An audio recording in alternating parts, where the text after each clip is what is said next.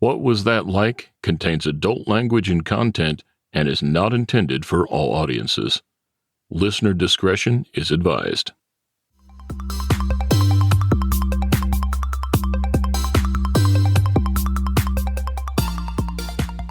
Welcome to What Was That Like? I'm your host, Scott Johnson. This is the show where we talk to regular people just like you or just like me, who have found themselves in an extremely unusual situation.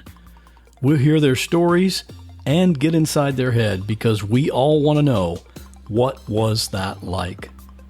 More information about each episode at whatwasthatlike.com. Here we go. If you were out in public somewhere, just going about your day, and you saw someone collapse, someone you don't know, what would you do? Most people don't really know what they would do until they're actually put in that situation. There are stories of people who witness something like this and they just freeze. Or if it's a busy place like a public sidewalk and someone's on the ground, a lot of times everyone will just walk by. It's an unfortunate psychology thing with humans. It's called diffusion of responsibility. Everyone thinks that someone else will help, and as a result, no one helps. Well, thankfully, not everyone is like that. There are some people who see a situation, maybe a person in distress, and their first thought is, what can I do to help this person? One of those people is Kevin Purcell, who you'll meet in today's episode. Kevin is the executive director of the New Jersey State Golf Association. One day about a year ago, Kevin was finishing up a round of golf, and he saw something was happening on the course. As he looked more closely, he could see that a man was on the ground. The man who had collapsed was Carlos Tapia, and he was having a heart attack. In today's episode, we'll hear from Kevin what happened. And I was also able to get a few comments from Carlos to get his perspective on that day. A couple of things I want to mention. For clubs or courses that would like to get involved with providing CPR training for your staff, I'll have links for that in the show notes for this episode at whatwasthatlike.com/31. And I also want to thank my friend Paul Kondo for connecting me with Kevin. If you're looking for new podcasts to listen to, Paul publishes an email newsletter that helps with that. Every Wednesday, he highlights 3 podcast episodes that he's found interesting, and you can check that at paulkondo.com. That's PAULKONDO.com. I don't know if he's related to Marie Kondo or not, but his sense of humor kind of does spark joy for me. Maybe you'll like it too. And if you'd like to join others who support this show for as little as $1 a month, you can do that at whatwasthatlike.com/support. And now, let's meet Kevin. On the day this happened, how many other people on that golf course do you think knew CPR? You know, I've thought about this after the fact. There's a pool at the golf course, so there's some lifeguards at the pool. They probably knew CPR, 3 or 4 of those. But I would imagine at any golf course at any given time, out of 100 people on the golf course, there's probably a handful that do know CPR. Obviously, there's some doctors who are members of the club, and they obviously would have known CPR. Yeah, that's good to have somebody like that around. As I was doing a little bit of background for this before we spoke, I found out some interesting statistics, and basically 3 things. One is that a little over half, like 54% of Americans say they know how to perform CPR. But the second one is only 1 out of 6 know that the recommended technique is no longer including breaths. It's compressions only. And the third one is only 1 out of 10 know the actual correct pace for those compressions, which is 100 to 120.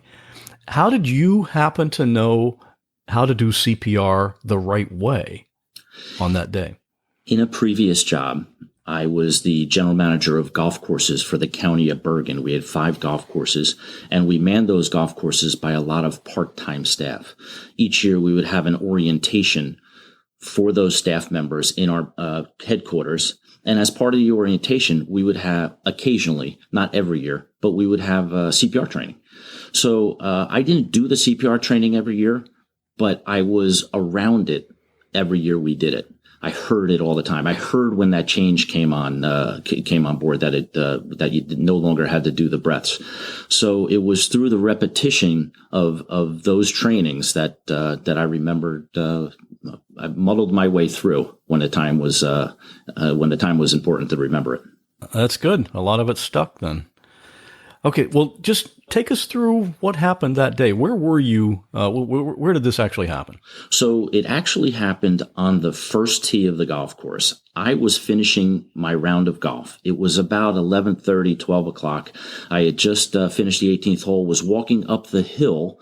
There's a hill behind the 18th hole, then a little cart path, and then some steps up to the 12th tee, which is adjacent to the first tee. This is at the course where you normally play? Yeah, this is at the club, Forest Hill Field Club in Bloomfield, New Jersey, where I grew up playing. And since I become executive director of the State Golf Association, I've gone back there as a member and thoroughly enjoy being there.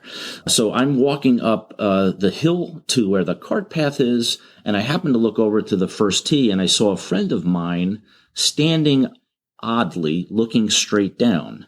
And I quickly looked, but then didn't think much of it. I went back to my scorecard. I was filling out the card of what was really a lackluster round of golf. I didn't finish particularly well on the 18th hole, so I wasn't in the best of moods.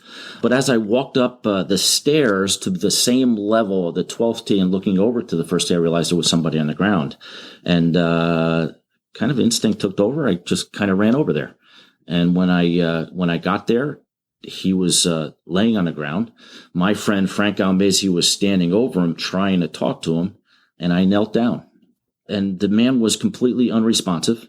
I did not know him, so I didn't even know his name to call his name.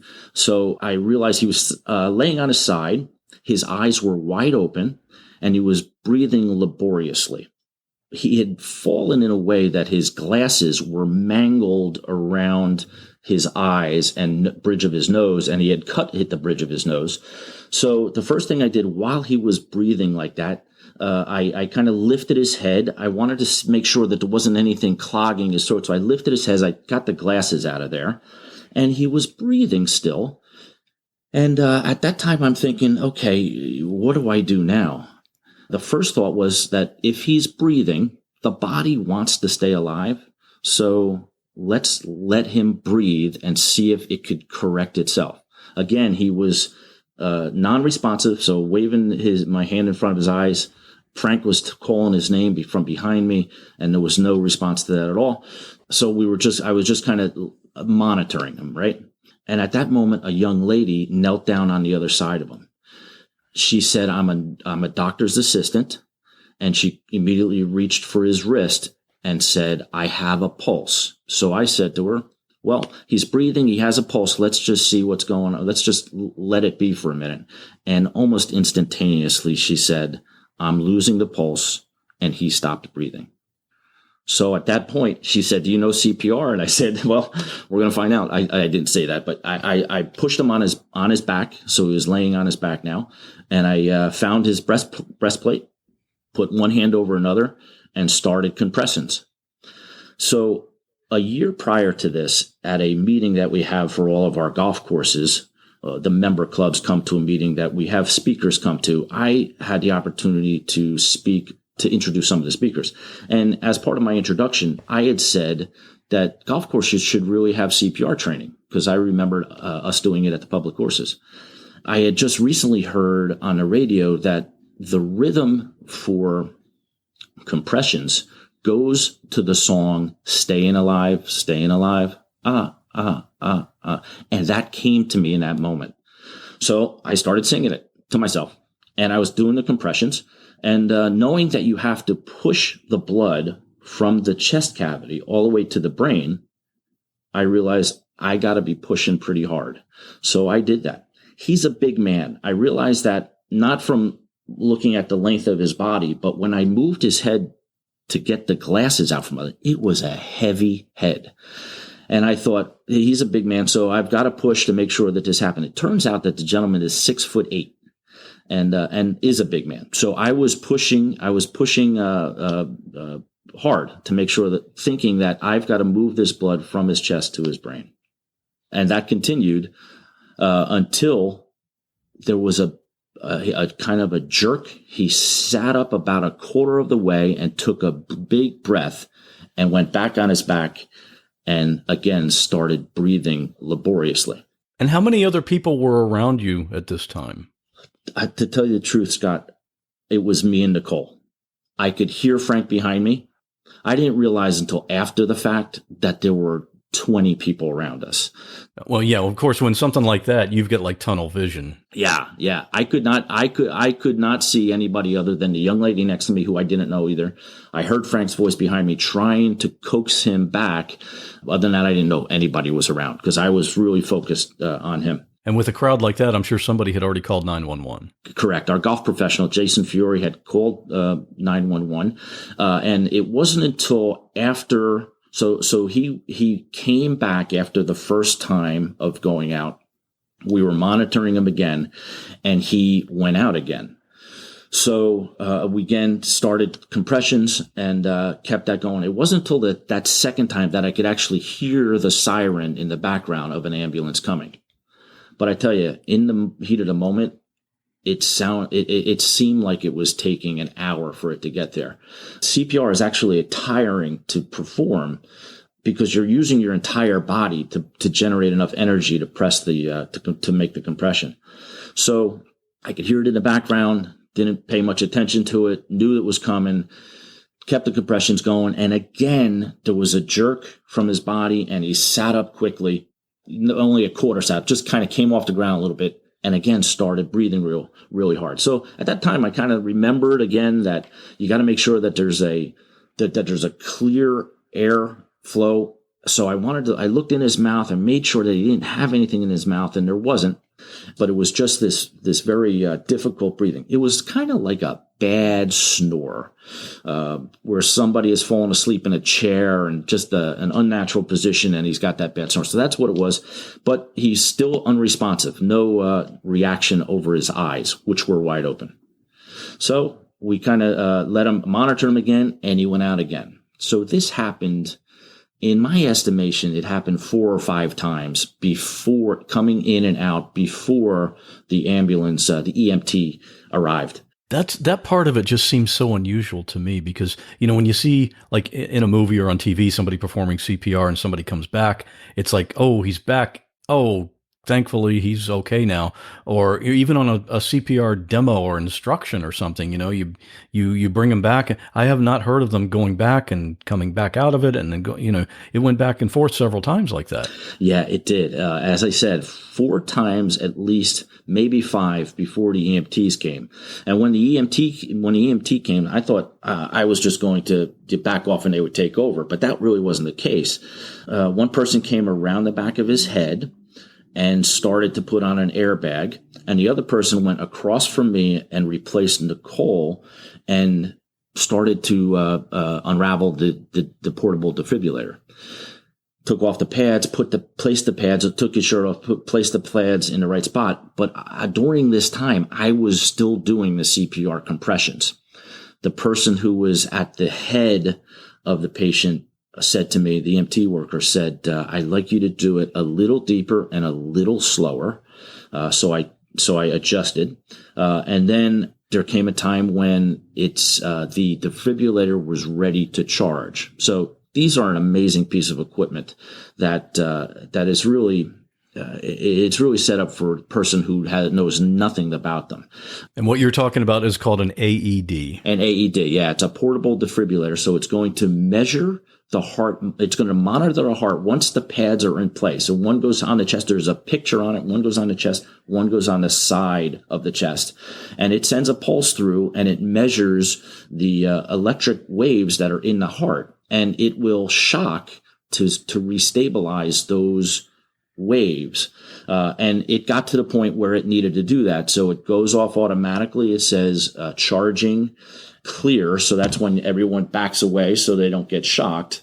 His whole body convulsed, jumped off the ground, went back down, and he had another rhythm and he was back again, but again, not conscious. Back again.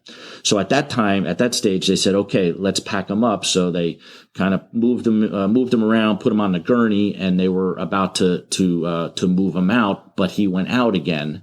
So they started CPR while he was on the gurney. And then they got him stable, and then they moved him through the back of the clubhouse out towards the parking lot and took him. Part of when I read what you wrote about this earlier, one of the things you said was Nicole calmed you while you were doing the compressions. Can you talk about that? How did she do that? Absolutely. She just said, "What's your name?" I said, "Kevin." She said, "Okay, so you know how to do CPR. Let's just take this one step at a time." And what that did was just having somebody's voice in my ear that wasn't the panic that I was feeling at the moment was calming for me. She's as she said, she was a doctor's assistant, and she knew this stuff. I later found out that she had actually never performed CPR before, but had obviously taken pulse for every patient that comes in the office. So while she was doing that, she was just a steady hand that was there while all the things were racking around in my brain as to whether I could be doing something else for the man. Right. Isn't it amazing how in a situation like that, people who don't even know each other can all of a sudden form a team, and you all have the same goal. Yeah. And everybody just works together. That was great. Yeah. And I just, knowing that there were other people, behind me who had already called for an ambulance. Listen, if I come upon this man by myself, I don't even know if I would have thought to call an ambulance until 2 or 3 repetitions of this thing, because as I said before, I didn't know who was around me. I knew Nicole was there, but if I was only by myself, I would have been racking my brain trying to figure out how to help this man, and might not have thought about the ambulance. Which is when you do CPR training, that's really the first thing you should do is make that call to the ambulance before you start anything else. Yeah, or make the call or instruct someone nearby to make the call. Yeah, if someone is nearby. Yeah. As an aside, have you ever seen the episode of The Office about CPR training? I have not. Man. But having gone through our own training after the fact here in our office, I could imagine that was a pretty good episode. It was pretty good. I'll link to that in the show notes for this. You'll get a kick out of that. Great. So they loaded him in the ambulance, and at that point, he was just off to the hospital then, right? Correct. And I'm standing on the tee. I'm standing on that first tee, and I look up for the first time, where I can focus on something other than getting him on the gurney and on his way, and realize that there are a lot of people standing around. Some of them within hand's reach, and others that are 10 yards away and 20 yards away and all the way over on the other side of the 12th tee. But there were a lot of people standing there, and I thought to myself that I can't speak to any of these people right now. Some of them were coming towards me saying, "Wow, that was great," and everything. And I was like, "Yep, thank you. And I just moved my way to the closest door to the clubhouse, and I walked into the clubhouse. And remembering that it was early in the morning still, I wanted to kind of get to a room where I could just decompress and just take a moment. And I thought the shower room would probably be the best because it was still early. Nobody hadn't made their way there yet. So I went into the shower room. I was alone for a little bit, and I thought to myself, holy cow, what just happened? And at that time, my brother Tim came in. He was on a property. I don't think we had played together, but we may have played together. But anyway, he came in and put his arm around me and said, "Wow, that was incredible." And we stood there and cried for a little bit. Sorry. So we talked a little bit, and were able to kind of clear the air and just kind of talked through what happened. And eventually that was it was kind of time to get on with the day. So I went. We were going to have lunch on the patio, so I went out to the patio and I sat there. And again, everybody was coming up saying that was incredible and everything. And just kind of got it time to relax, take a few breaths and sit down. And it takes you time just to process all of that. Yeah. Like you said, what just happened? Yeah. Man. To go into something like that, I always had wondered if I'd be the kind of guy to jump in, and was happy to do that. That's why I said before that when I knelt down, that was a significant part of the story, because I had done CPR training. It had been 6 years since I had done it. But you're not thinking about that as you're walking towards somebody who's down on the ground. When I knelt down, I just knelt down out of, compassion for the person, I guess. I don't know. But just see if I could do something. And it worked out that I could. So he was very fortunate to have you standing by, or at least have you notice something that was going on. This man's name is Carlos Tapia, and I was able to contact him and actually get a few comments to get his perspective on what happened that day. Hi, my name is Carlos Tapia. I'm joining the Forest Hill Golf Club in Bloomfield, New Jersey. I'm 76 years old. And August 27, like next week, I will be 1 year old from my second chance, thanks to Kevin Purcell. Last year on the same day, I was teeing off in the first hole, and I collapsed. I got a cardiac arrest.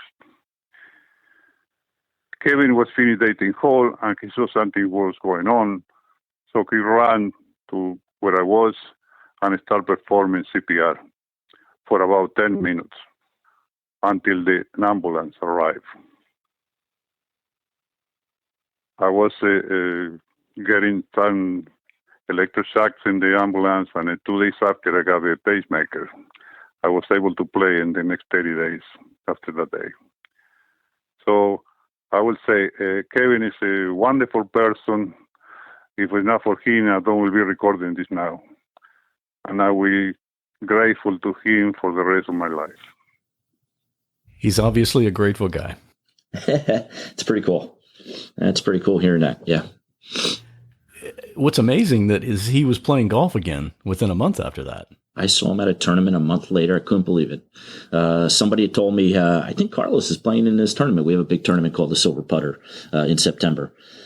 And I said, come on, get out of here. And sure enough, I saw him a little later that day. He came over, gave me a big hug. We didn't know each other. This was the first time we were meeting. Got to talk a little bit. And as you could tell, he's Argentinian. And he, as I said before, he's a 6'8" man. He had played for the Argentinian national basketball team and in his youth, and he had joined a club not too long ago, and we haven't had a chance for our paths to cross. So really cool to meet him that day. It's really amazing. Did he recognize you, or you recognize him, or other people just said, "Hey, you guys need to talk to each other"? I think other people put us together. Yeah. Okay. Yeah. It's hard to miss him because I found out after the fact that he was, he's that big a man. And so he's at 6'8". You don't have that many people walking around a golf club at 6'8". So I saw him when he was coming. So we've developed a friendship since, and it's just wonderful. That's cool. Now, you and he were in attendance at an event. Can you tell us about that? Yeah, so the Metropolitan Golf Writers Association gives out an award each year for somebody who has performed some sort of a humanitarian act or has saved a life or done something similar. It's the name of the award is the Mary B. Porter Award. And it's given at this dinner, their annual dinner, where they also give out 5 or 6 other awards, the Club of the Year and the Gold Tee Award, which went to golfer Jim Furyk, professional golfer Jim Furyk that year. It was at the beginning of this past summer. And the neat thing was Mary B. Porter was there. I was able to sit next to her on the dais, and we talked about her life-saving act, which happened back in the 80s when she was a player on the LPGA Tour. She had noticed some commotion in a pool adjacent to the fairway she was on, or she was actually in the trees of the hole, so she was close enough to the property line to see some commotion. She went over to the fence while her playing partner played a shot, and she realized that there was a kid in the pool struggling. And then she worked her way over the fence with the help of her caddy, and she got over there, and the kid's father was there. But he was so distraught when he grabbed this kid out of the pool and the kid was unresponsive that he just handed the kid to Mary B. Porter. And Mary didn't know what she was doing, pretty much like me, but did enough to turn the kid upside down and shake him a little bit and got enough water out for him to start breathing again and saved a life. So that was an award that I was happy to get. It's certainly not necessary. I said in in my acceptance of that, had a couple minutes to just say thank you. And I said that this is a really neat award, and it's nice to be recognized, but it really is unnecessary. And I said, because the real reason why this is cool is because of the gentleman who's standing over here. So I pointed out into the crowd, and Carlos stood up, and I said, ladies and gentlemen, this is Carlos Tapia.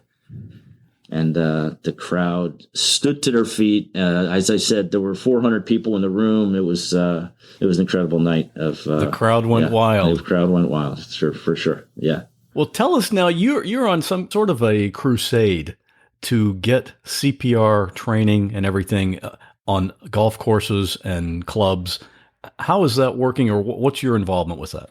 I realized after this had happened, and in hearing so many getting so many nice notes from friends and strangers, that there's probably something here that I should try to use to motivate clubs to get a little bit better, to have their staff be better trained. So I wrote an article for our magazine. Remember, I'm the executive director of the State Golf Association. We have a magazine. There's about 40,000 members about 65,000 members of our association that get the magazine. So I wrote an article in the magazine. Along with the publishing of the magazine, we had made arrangements with the American Red Cross. A young lady came out and sat with us and told us about how easy it would be to do training for the clubs. So we arranged with them for a program for people to go work through our website to get connected with the American Red Cross and set up training in their local area for their staff members and members if they wanted to, or for just their own businesses do that. So then we started promoting it at our golf summit. I mentioned before, at a previous golf summit, I mentioned the song for the rhythm. But at this year's golf summit, we had Courtney come out and talk about the program, and we're still in the process of trying to get clubs to engage with this program and get their staff trained. It's obvious a program like that is absolutely going to save lives. Yeah, I agree. I'll be in November. I'll be getting together with the International Association of Golf Administrators, which is an association that I'm a member of, and I'll also speak about it there. And hopefully, some other associations will also get this program as part of their benefits for clubs. That's great. Well, whatever links we can provide for other clubs or golf courses that want to get involved with this and get the training for their staff, I'll put those links in the show notes for this episode so they can see that there. And wow, great job. It was a bad day of golf for you, but good way to end it, right? Absolutely. There's never really a bad day at golf. There's just, but this one was pretty special. This will be one I'll remember the rest of my life, for sure. Thanks for listening. My goal for each episode is to bring you people and stories that you just won't find on other podcasts. If you'd like to discuss this episode or previous episodes with other listeners, you can do that at our private Facebook group at whatwasthatlike.com/Facebook. I hope to see you in there. And if you'd like to support the show, you can do that at whatwasthatlike.com/support. And I'll see you in 2 weeks, where we'll once again be asking the question, what was that like?